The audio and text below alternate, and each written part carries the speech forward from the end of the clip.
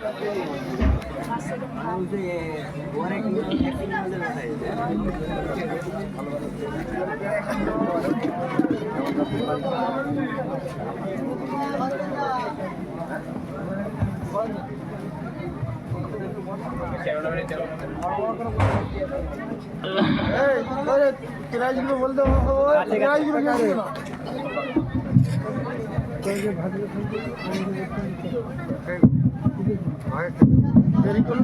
আসসালামু আলাইকুম ওয়া রাহমাতুল্লাহি ওয়া বারাকাতুহু। সমস্ত প্রশংসা আল্লাহ পাক রব্বুল আলামিনের জন্য, যে আল্লাহ পাক রব্বুল আলামিন আপনাদের আমাদের সকলকে এই পবিত্র মাহফিলে এতক্ষণ পর্যন্ত ধৈর্য ধারণ করে কোরআন এবং হাদিসের কথা সেই সকাল থেকে এতক্ষণ পর্যন্ত হয়ে যাচ্ছে। বাচ্চাদের প্রতি আমার মনে হয় একটু জুলুম হয়ে যাচ্ছে, তাও আলহামদুলিল্লাহ ছোট ছোট বাচ্চারা এখনো পর্যন্ত তারা বাড়ি যায়নি। এটা শুধুমাত্র দিনের মহাব্বত, দিনের ভালোবাসা, অন্য কিছু নয়। এখানে ডিজে গান হয়নি, এখানে আপনার বক্স দিয়ে নাচানাচিও হয়নি। এতটা সত্ত্বেও বাচ্চারা এখনো পর্যন্ত জেগে আছে। তা বাচ্চারা যদি জেগে থাকে, আমরা যারা নওজোয়ান যুবক, যাদের রক্ত টকবক করে ফুটছে, আমরা কেন পালিয়ে যাই?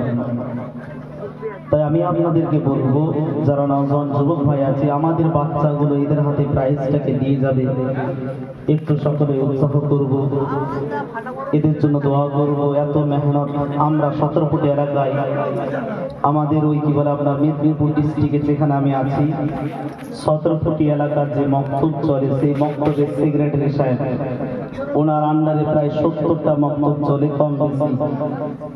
সেই সেক্রেটারি সাহেব আমাদের এখানে এসেছেন, উনি মূল্যবান কথা বললেন, আমরা কিন্তু কেউ গুরুত্ব দিয়ে শুনি। আমি আপনাদের প্রথমেই বলেছিলাম, ব্যক্তি বুঝুন আগে, তবেই কথার ওয়েট বুঝতে পারবেন। আপনারা জানেননি তাই বুঝতে পারেননি।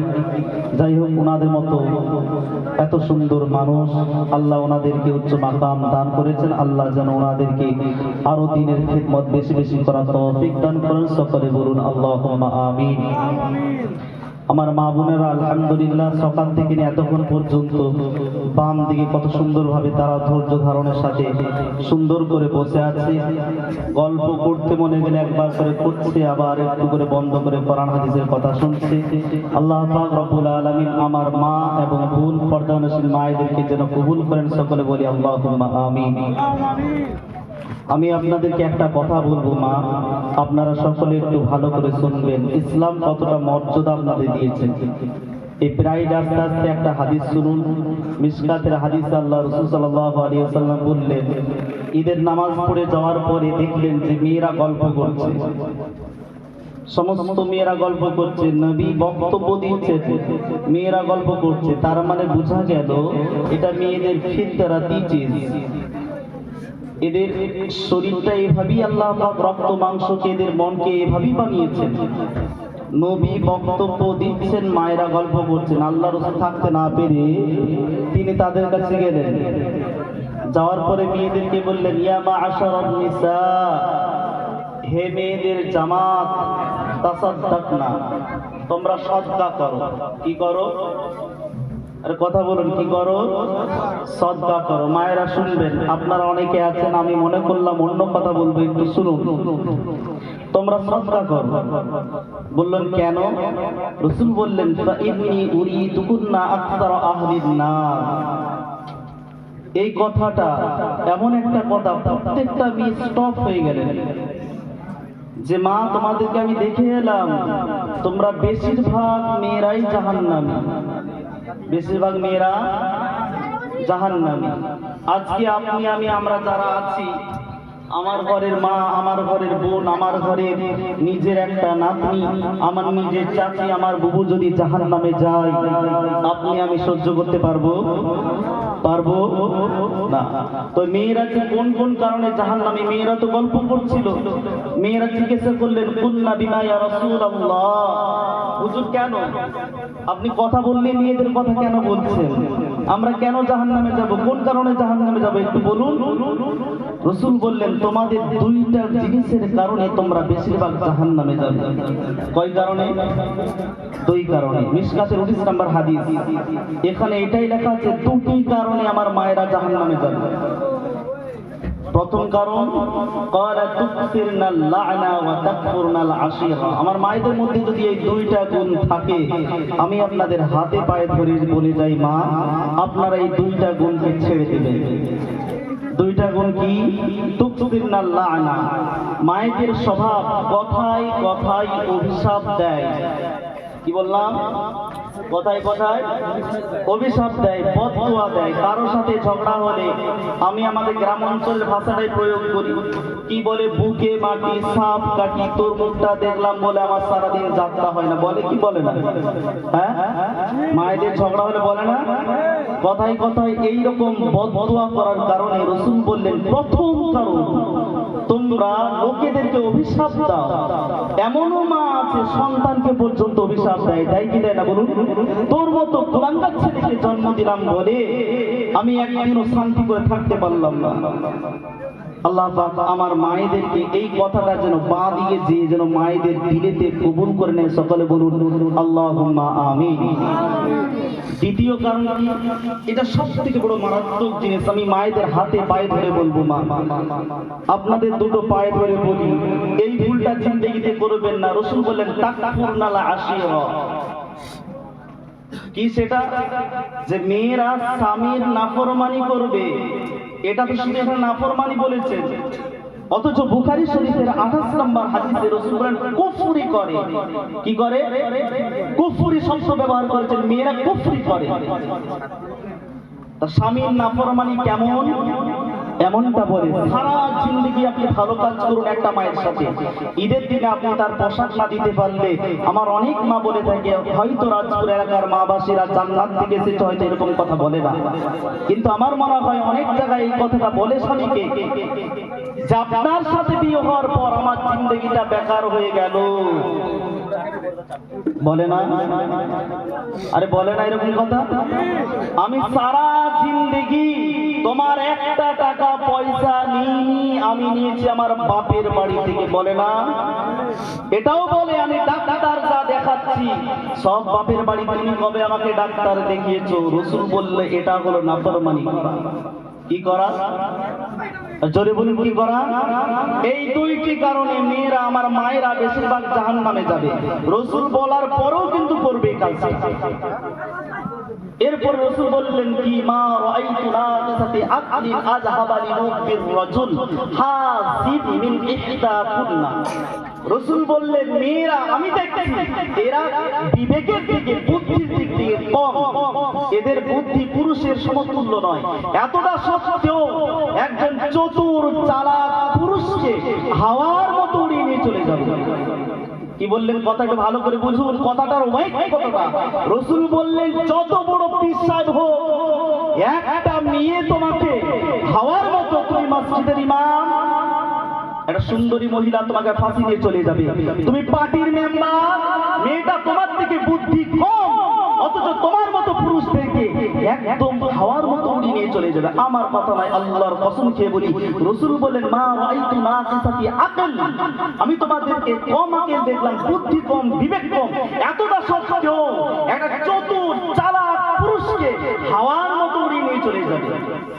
এই জন্য ইমামে মিশকাত রাহমাতুল্লাহ আলাইহি তিরমিজি আপনার মিশকাত কিতাবে 3085 নম্বর একটা হাদিস নিয়ে আসলেন।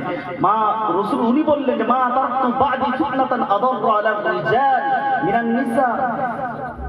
হে উসামা তুমি শোনো, নবী নিজের যে ছেলেকে পরওয়ারিশ করেছিলেন, নিজে হাতে লালন পালন করেছিলেন, সেই ছেলেকে উসামাকে বললেন উসামা পৃথিবীতে যতদিন বেঁচে থাকবে একটা জিনিস থেকে তোমরা বেঁচে থাকবে, সেটা হলো কি? মেয়ে জাতি। কি বললাম? মায়েরা যেমন দামি, তেমন ইসলাম আমাদেরকে অনেকটাই সতর্ক অবলম্বন করতে বলেছেন। কেন? আপনি আমি পীর হয়ে যাই, আল্লাহর ওলি হয়ে যাই। আল্লাহ রাসূল বারবার এই জন্য সাহাবাদের যখন যুদ্ধের ময়দান গিয়েছে মেয়েদেরকে দিয়ে দিয়েছেন। ওই মিশকাতে 3085 নম্বর একটা হাদিস আছে, যেখানে লম্বা করে একটা কথা বলা হয়েছে যে মেয়েরা যে ধ্বংস, বানি ইসরাইল ধ্বংস হয়েছিল মেয়েদের কারণে। কি কারণে? মুসা নবীর কওমের মানুষেরা আপনার যাচ্ছে ইসলামের দাওয়াত দেওয়ার জন্য, অথচ সেখানে বালআম বাউর যিনি মুস্তাজাবুদ দাওয়া ছিলেন, হাত তুলবে আল্লাহ কবুল করবে। বালআম বাউর হাত তুলতে দেরি, কিন্তু আমার আল্লাহ দোয়া কবুল করতে দেরি করতো না। এইরকম ব্যক্তিকে বললেন বালআম বাউরকে, বনি ইসরাইলের লোকেরা যাও, নবী মুসা আসছে, তার নামে বদদোয়া করো। বলুন, একজন যে ব্যক্তি মুস্তাজাবুদ দাওয়া, যার দোয়া আল্লাহ কবুল করেন, সেই ব্যক্তি কি নবীদের ব্যাপারে বদদোয়া করতে পারে? উনি বললেন না, আমি যাব না। উনি বললেন আমি যাব না। ওনাকে জোর করে পাঠানো হলো, ভয় দেখানো হলো। উনি একটা গাধার পিঠে চড়ে ওই আপনার কি বলে পাহাড়ের উপরে উঠলেন। উনি যখন দোয়া করতে গেলেন, আল্লাহ পাক রব্বুল আলামিন জবানটাকে একদম বের করে দিয়ে নাভি পর্যন্ত নামিয়ে দিলেন। ওইখানে বালআম বাউর বলেছিল, এই বনি ইসরাইলের কওমের মানুষরা শোনো, আমার তো যা ইবাদত করেছিলাম সব শেষ। নবীর ব্যাপারে বদদোয়া করতে গেলাম, সব শেষ। তবে শোনো, বদদোয়া করা লাগবে না, একটা কাজ বলছি শোনো, তোমাদের যত সুন্দরী সুন্দরী মহিলারা আছে, তাদেরকে ওদের যে তাবুক করা হবে, তাবুর মধ্যে পাঠাও। ওদেরকে যদি দিতে পারো, তাহলে বনি ইসরাইল শেষ হয়ে যাবে। নবী মুসা আলাইহিস সালাম ৭০,০০০ রিয়াত মাযাহিরুল হকের মধ্যে এইভাবে বিস্তারিত দেয়া আছে, ৭০,০০০ নিজের উম্মতকে নিয়ে ওই জায়গায় গেলেন। ওই সময়তে একজন ব্যক্তি তিনি কি করলেন, ওই মেয়েদেরকে যখন তাদের পাশ দিয়ে বেরিয়ে যাচ্ছে, সুন্দর মেয়েকে কামরায় ডেকে নিয়ে আসলেন। নিয়ে এসে নবী মুসার কাছে গেলেন, হুজুর আমি বিয়ে করব না। বিয়ে করা যাবে না, জিহাদের ময়দানে বিয়ে চলবে না, বিয়ে করবে না। উনি কি করলেন, মুসা নবীর কথা না শুনে ওখানেই ওর সাথে মেলামেশা করলো। আল্লাহ পাক রব্বুল আলামিন ওই মেয়ের সাথে মেলামেশা করার কারণে নবী মুসা আলাইহিস সালামের ৭০,০০০ উম্মতকে একবারে শেষ করে দিলেন। এই জন্য আল্লাহ পাক রব্বুল আলামিন, আমি মায়েদের জন্য কথাটা কেন বললাম, আমার উদ্দেশ্য খারাপ নয়, ওই একটা জিনিসকে বোঝানোর জন্য। মেয়েরা যে জাহান্নামে যাবে, রাসূল কি করতে বললেন? আর জোরে বলেন, কি করতে বললেন?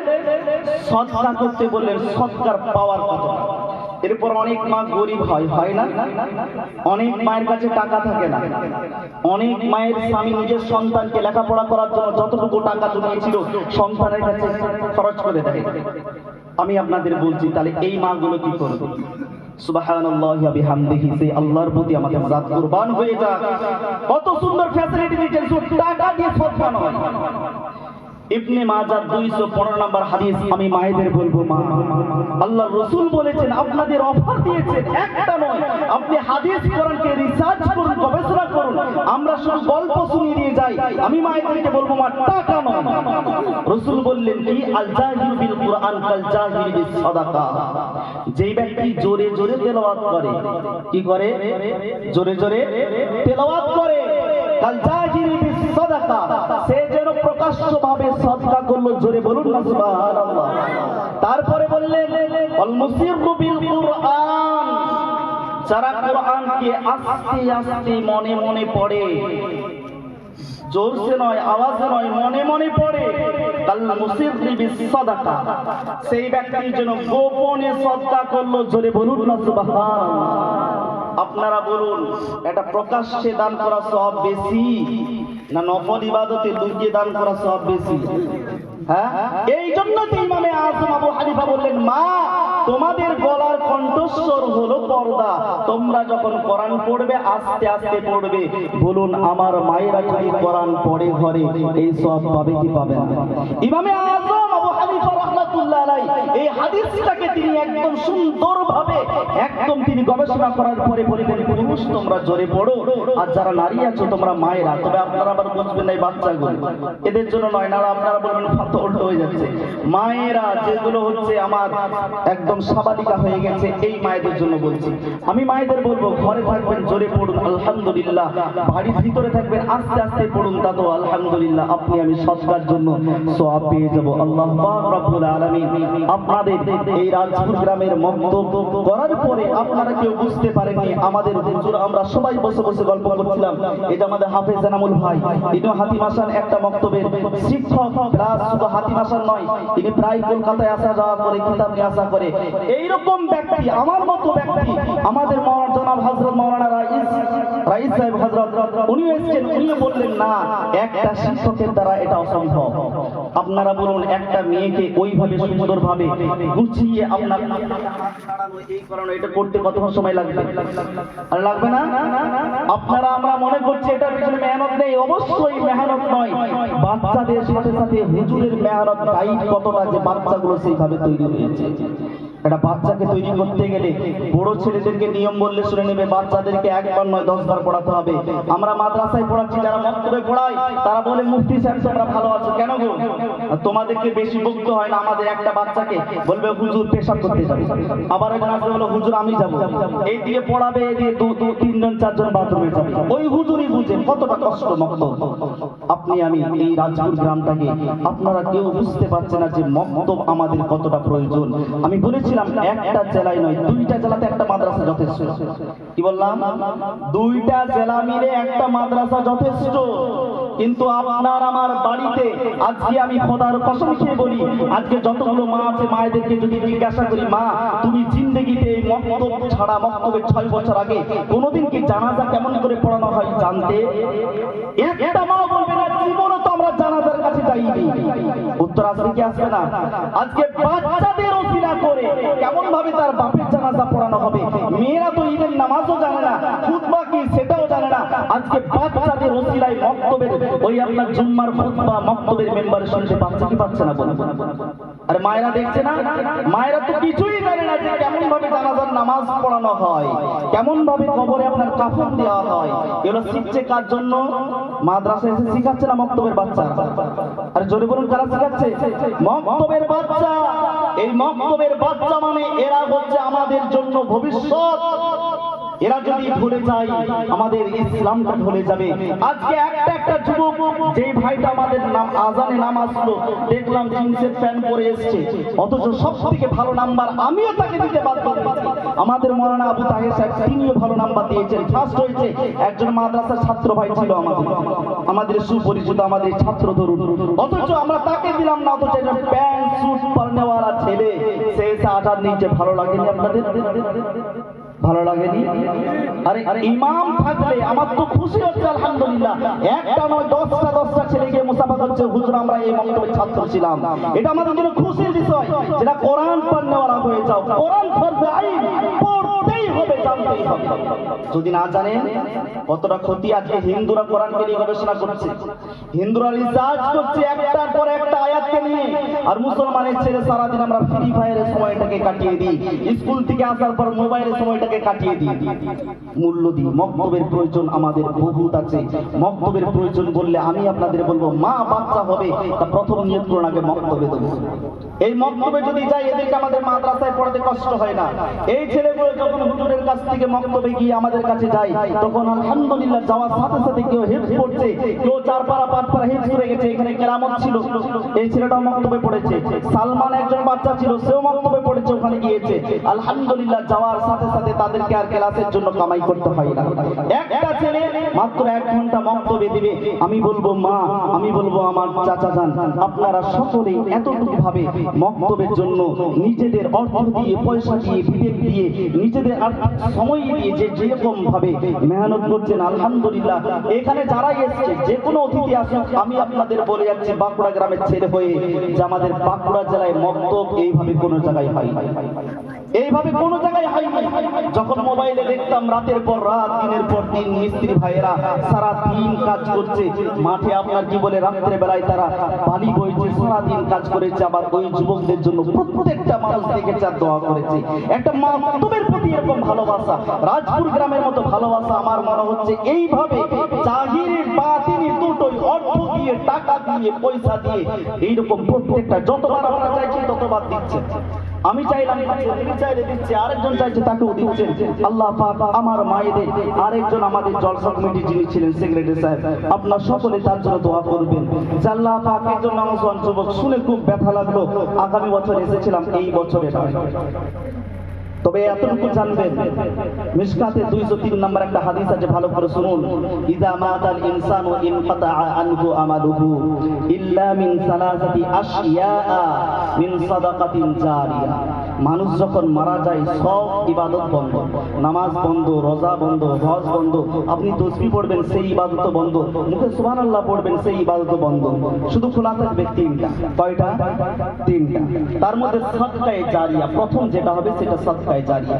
দেখুন আমি আপনাদের বলি, যে সেক্রেটারি স্যার দুনিয়া থেকে চলে গেছে, আল্লাহ ওনার কবরটাকে এই মক্তবের ছেলেগুলো কোরআন করে তার জন্য দোয়া করে প্রত্যেকদিন। আমার মনে হয় হুজুর তাদেরকে নিয়ে দোয়া তো অবশ্যই করবে, নামাজের পর দোয়া করবে, কোরআন পড়ানোর পর দোয়া করবে, এর থেকে বড় সওয়াব আর কি হতে পারে? এটা কোরআনের প্রতিষ্ঠান। এইরকম সাদকায়ে জারিয়া কাজে আপনারা লেগে থাকুন, যে যাতে করে আমাদের নেকি আসে। টাকা দিয়ে আমরা নেকি কিনতে চাই না, টাকা দিয়ে গোনা করতে চাই, ফ্রিতে আপনার নেকি দিয়ে জান্নাতে যেতে চাই না। আমি রাজপুর গ্রামের নওজোয়ান যুবকদের বলবো, আপনাদের হাতে পায়ে ধরে বলবো, এত মেহনত করে টাকা পয়সা দিয়ে এত সুন্দরভাবে সাজাচ্ছেন, এত সুন্দর করছেন, মক্তবটা যেন আল্লাহ পাক রব্বুল আলামিন আরো সুন্দর থেকে সুন্দর আমার মাওলানা জমিরুদ্দিন সাহেব জামাত বরকাতুম আলিয়া হযরতের হায়াতে তাইয়্যিবা আল্লাহ দান করুন। যে এই রকম নওজোয়ান যুবক, এটা খুশির খবর। আজকে গ্রামে এনাকে সম্মান দিচ্ছেন, মানে এটা ওনার জন্য একটা হীরা হয়ে গেছে গ্রামের জন্য, যে গ্রামের মানুষ ওনার কাছে হীরা। কেন? গ্রামের মানুষ, একটা কথাই আছে সবাই বলে দেখবেন, গ্রামের মানুষ যারা হয় তারা হলো কুকুর আর বাইরের লোকেরা হলো ঠাকুর। এটা আমাদের কোনো খুশির বিষয়। আমাদের মাওলানা জমিরুদ্দিন সাহেবকে আপনারা এত ভালোবাসা দিয়েছেন, ভক্তি দিয়েছেন, প্রাণ ভরা দোয়া দিয়েছেন, কাজ করছেন একসাথে, কত সুন্দর লাগছে। আল্লাহ পাক রব্বুল আলামিন যেন এই মক্তবে উমরকে আমার মা বোনেদের দান থেকে নিয়ে, নওজোয়ান যুবকের দান থেকে নিয়ে আল্লাহ যেন কবুল করেন। সকলে বলুন আল্লাহুম্মা আমিন। আর এই মক্তবের আমার বাচ্চা ছোট ছোট ভাইগুলো, আমার বাঁ দিকে বসে থাকা প্রত্যেকটা বোনকে যেন আল্লাহ পাক রব্বুল আলামিন যেন কবুল করেন। সকলে বলি আল্লাহুম্মা আমিন। সবথেকে বড় খুশির বিষয় কি জানেন? আগে বিয়ে হলে মেয়েদেরকে জিজ্ঞেস করতো, মেয়েটা কোরআন পড়তে জানে? ছেলে পারুক আর নাই পারুক, ছেলে পারুক চাই না পারুক, জিজ্ঞেস করে মেয়েরা পড়তে পারে তো। তবে এটা বড় খুশি লাগছে না, বাচ্চা, প্রত্যেকটা বাচ্চা কিন্তু আলহামদুলিল্লাহ গ্রামে 200টা যদি ছেলে থাকে 50টা তো ছেলে শিখবে, আর শিখবে না বলুন? আল্লাহ পাক রব্বুল আলামিন যেন এই মক্তবে উমরকে কবুল করেন, এই মক্তবে উমরের প্রত্যেকটা মানুষকে যেন আল্লাহ কবুল করেন। সব তো ফোন করে সব জলদি পালে ভাই, যা যা, আর লোকে নিয়ে যা, দেখো যা যা যা যা। দোয়াটা আপনি করবেন, চলুন সকলে দোয়া করুন। আল্লাহুম্মা আমিন।